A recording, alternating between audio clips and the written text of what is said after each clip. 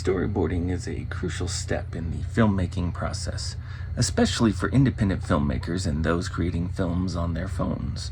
Storyboarding helps filmmakers visualize their ideas, plan out shots and sequences, and communicate their vision to the cast and crew. Here's a step-by-step guide on how to storyboard for independent films. Number 1, understand the importance of storyboarding. Before diving into the storyboard creation process, it is essential to understand why storyboarding is crucial for independent filmmakers. Storyboarding helps you plan out your shots, visualize scenes, and communicate your vision effectively. It can save time and resources during production. It ensures consistency in visuals. It can help you stay organized and focused. And overall, you are creating artwork that you could actually use within your filming. You can take what you've created for your storyboard and film into it. It can be used as your mat board now, your backgrounds. So, gather your materials. To start storyboarding, you'll need paper, storyboard, template, pens, pencils, whatever you draw on, any other tools, whatever it is you sketch. There's also a digital storyboard that you print out, and I will storyboard on anything. I will write on the back of a cardboard box. It doesn't matter. You write out the scene so you can say, this is what I want it to look like on film. And you show it to someone else, and can you do this? And they go, well, I can't, but somebody else can, or no, why don't you do it this way, or you can't afford it. So I usually am always hearing is, no, we cannot blow that up for that amount of money, but you can make a drawing of it or some crap. All right, next thing you want to do is you want to break down your script. If you have a script for your film, break it down into scenes and sequences. Identify key moments and actions and emotions that you want to capture visually. Then create thumbnails. Begin by sketching small thumbnail drawings of each shot or scene. Focus on the basic compositions, camera angles, character positions. Thumbnails, the thumbnails don't need to be detailed at this stage. They serve as a rough outline for your ideas, but if you look at like Fury Road and that, obviously those each panel of their storyboard is beautiful, right? So go into the detail that you need to go into.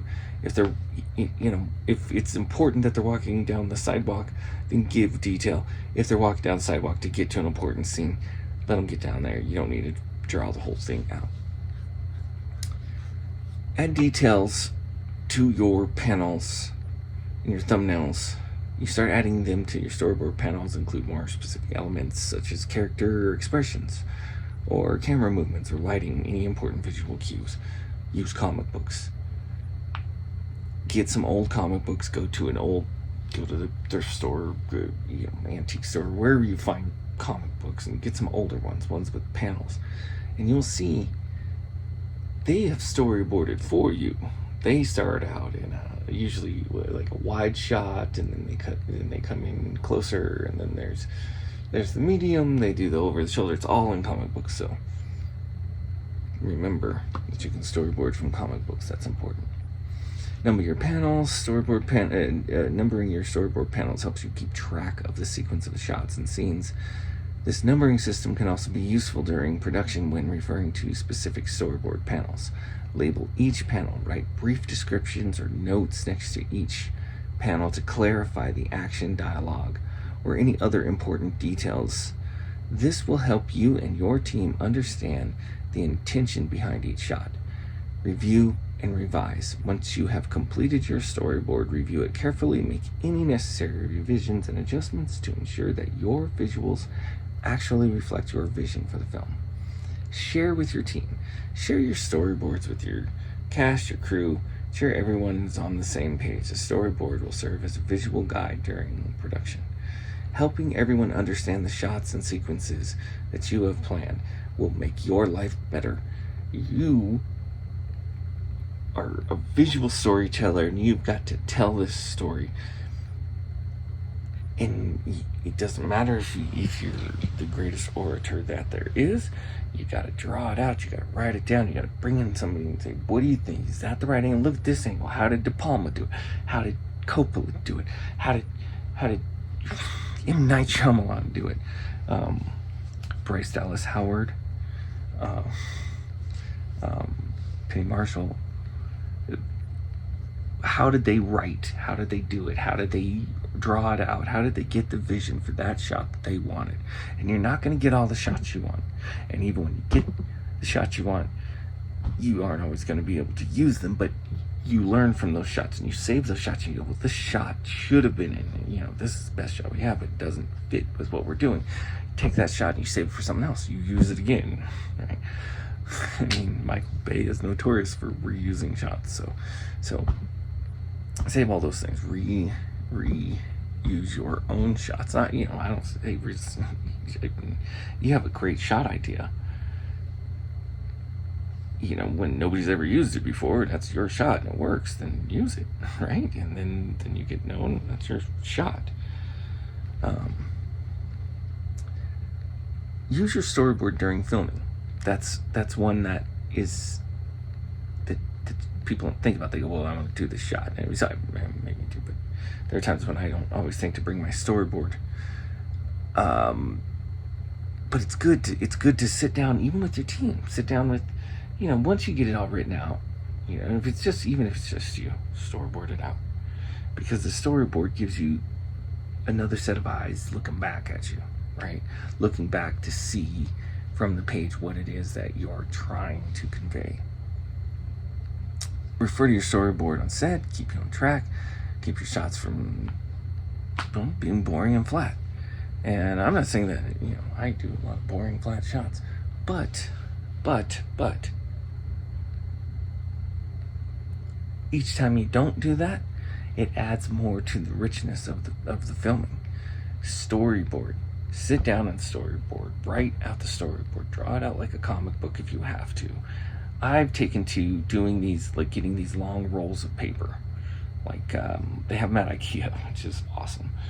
And you go there and you get these long sheets of these long rolls of paper, and I will storyboard on those. That way I can leave notes, and then we roll the whole thing up, stick it in a tube, boom, there's your movie. It's storyboarded. Where you go back to it, you can copy it and take pictures of it.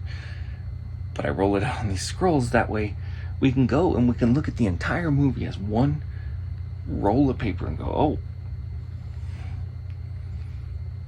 I mean, if it's a long movie, it's got to be a long hallway that we look at it. But we can go, oh, we're missing a scene here. We're missing a scene here. We're missing a scene here. Or this scene doesn't look right here. Let's move that to the front of the movie. Let's move that in the back of the movie. Let's move that to the trash can outside. Those sort of things. And all of that, even sounds that you want. Say, help out your sound people, or if you are your sound people, what do you want this? If you're using Star Wars as an example, they have sounds that are their own. That's their sounds, right? And they're distinct, and you know them. So what sound do you want your spaceship to sound like? What do you want your charging rhinoceros into war to sound like? Write it down, and everything that you do, all of these notebooks that you put into, if you're ever stuck, you pull out your storyboard notebooks. And I haven't reached the point where I'm stuck yet, but where I just don't have something to write or something to say. Not there yet, but there are times when I go back and look through my notebooks, and I'm able to extract a shot from there that I can use. It's awesome. It's great. So take the time to storyboard. Sit down, draw your first storyboard. Come up with a scene that nobody's ever come up with before, and do one storyboard. And you start there. I guarantee you're going to want to keep doing it, and it will mean something to you someday. Maybe. And if not, at least you got to sit down and draw a picture. I would rather spend 30 minutes drawing a picture than 10 minutes freaking looking at my phone. Although, I do love looking at my phone. I digress. Storyboard so you don't get lost like me. Live your life how you want. Don't hurt anyone. If you have any questions, ever, don't ask me. Ask somebody smarter. But still, come by whenever you want. We'll talk to you. Peace to the streets. Goodbye.